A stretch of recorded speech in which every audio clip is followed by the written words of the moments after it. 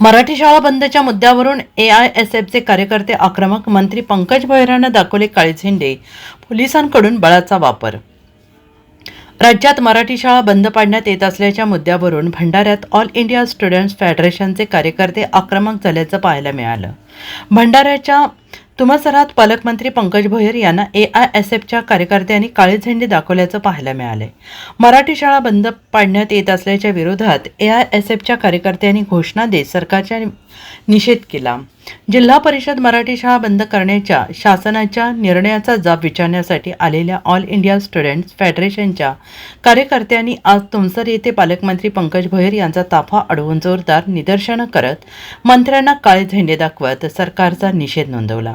या प्रकरणी पोलिसांनी एआयएसएफचे महाराष्ट्र प्रदेश अध्यक्ष कॉम्रेड वैभव सोपकर यांच्यासह अन्य कार्यकर्त्यांना पोलिसांनी ताब्यात घेतलं आहे. पालकमंत्री पंकज भोयर हे जनता दरबार कार्यक्रमासाठी तुमसर येथे आले होते. भंडाऱ्याकडे पालकमंत्र्यांचा ताफा जात असताना तुमसरात हे निदर्शन करण्यात आले.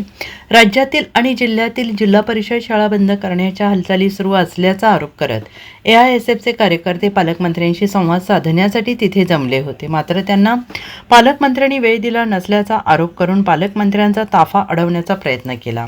शाळा वाचवा अशा घोषणा देत काळे झेंडे दाखवले. पोलिसांनी तातडीनं हस्तक्षेप करत कार्यकर्त्यांना बळाचा वापर करून बाजूला केले आणि त्यांना ताब्यात घेतलं. Bureau report, SBN Marathi, Tumsar.